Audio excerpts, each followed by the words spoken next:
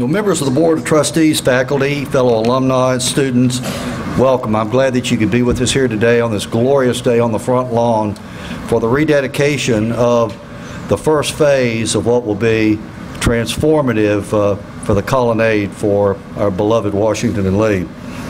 I know everyone that goes here to school loves this place, and as much as anything, they think of this as either the professor that, as Ken says, I took, and the walk down the colonnade every day taking classes, particularly that first freshman year when you come here and you're just overwhelmed by history and sense of honor and people who preceded all of us here. And it's great to be able to hear today. And as Ken has said to us before, everything on the outside stays the same, but on the inside, in many cases, we put it back to the way it was intended in a way that we can teach in the pedagogy that's appropriate in 2010 and hereafter. And we're going to have a good time seeing the building here in just a few minutes. I know many of you who are here participated in this endeavor, and inevitably when one points out people of note, they leave out people that they shouldn't, and I will undoubtedly be guilty of that, and in advance I apologize for it. But there are three people that I want to speak to in their effort for doing this. First of all is the Dean's office. And I say office because many people in Hank Dobin's area were involved in thinking about how should this building be on the inside. What does a renovated historical building need to be to teach in the electronic way that we live today? For those of you who were not at our trustee meeting today, we had a wonderful presentation by our IT department talking about, again, I'm using the word transformative a lot, but only because it's appropriate, the transformative nature of the manner in which we acquire data, use it, and communicate it. And this building will be fully functional, is fully functional, to teach in that manner and to communicate in that manner. The architectural firm of Glavi Homes is to be commended for their work. This is not the first job for us. Folks, it won't be the last that you do for us. We're very, very proud of our relationship with you. And not only are we proud, the American Institute of Architects is as well, because we have won an award, or Glavi Homes has won an award using our building that's been awarded by the Virginia Society of American Institute of Architects. And then finally, it's one thing to have an idea, which the Dean's office had. It's another to have an architectural plan, but he's going to execute it. It has to be executed promptly, on time, and on budget. Kellerstrom and Lee, again, a wonderful contractor who's done great work for us, has accomplished this job and given us what we have here today. So I thank you for being here. No one can speak to this much any better than our president, Ken Ruscio, and so it's my pleasure to turn the podium over to Ken.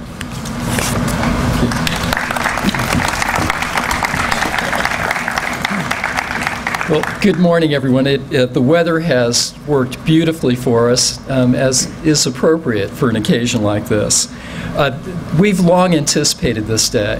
When you think back 2 or 3 years ago to the decision to embark on this entire colonnade project, and then to take that first tentative step into the first building on the colonnade, we knew that we had to get this one right, and we most certainly did get it right. And my congratulations to all who had a hand in that.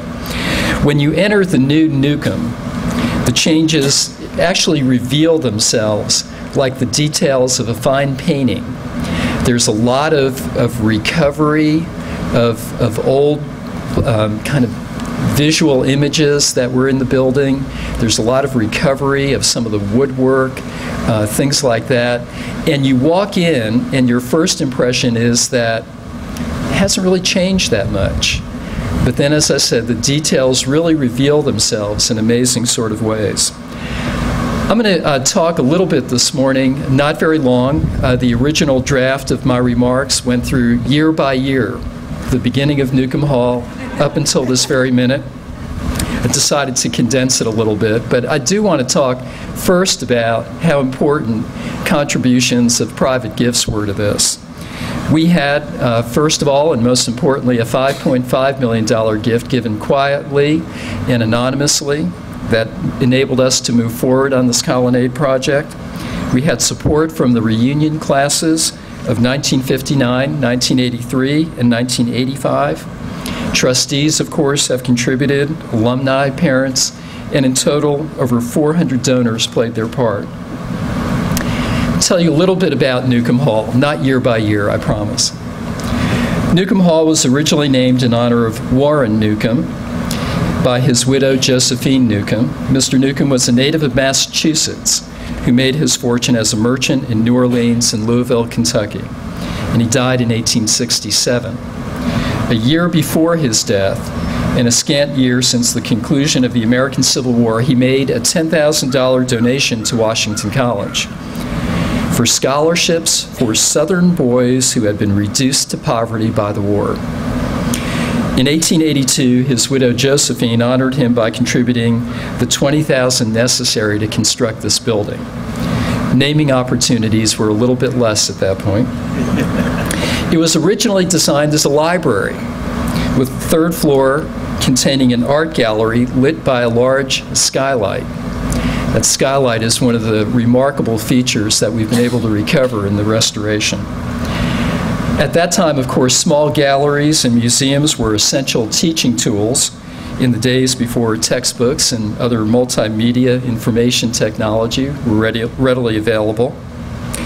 And the story is that several years passed before the art gallery was actually installed. The reason being we had no art to put in it. We've remedied that. We now have plenty of art to put out. The third floor then, since it wasn't being used as an art gallery, hard as it is to believe, was used as a gym. It was a gymnasium for a while. So we've come a long way. In 1907, the university began converting Newcomb into the traditional academic building that, and the purposes that it serves today. The library moved to what is now Huntley Hall, and Newcomb Hall became the home for the School of Commerce, Economics, and Politics, known then, and to many of us when we were here, as the C School. It is now, of course, the Williams School. And in 1980, the library C School shuffle continued when the C School moved to what is now Huntley Hall. The library moved to its current location, and into Newcomb moved history, philosophy, religion, and sociology. Over the first few decades of the 20th century, the university made Newcomb into this academic building.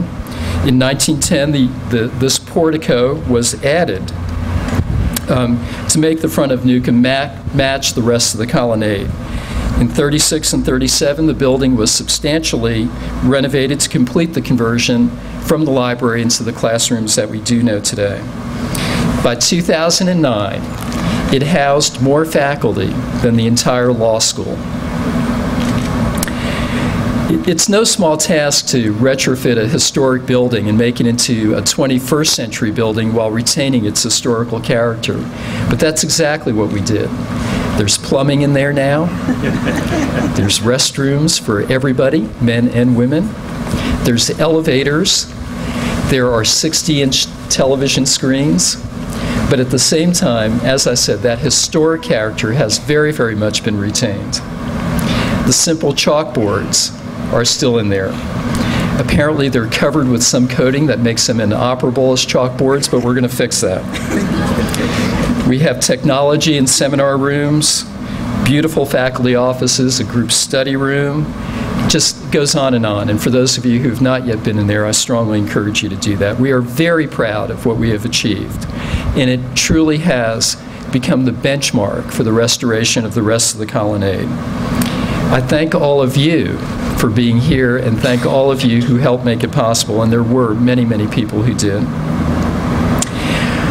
Don and I are going to cut this ribbon here in just a minute or two, and then I do want to say a word about logistics. It is an academic building. We do have classes on Friday. There are classes going on now, so as you go in there, kind of use your indoor voices, as they say. But do at some point, either right after we cut the ribbon or at some point today or during the weekend, go in, make sure you take a walk up to the third floor as well.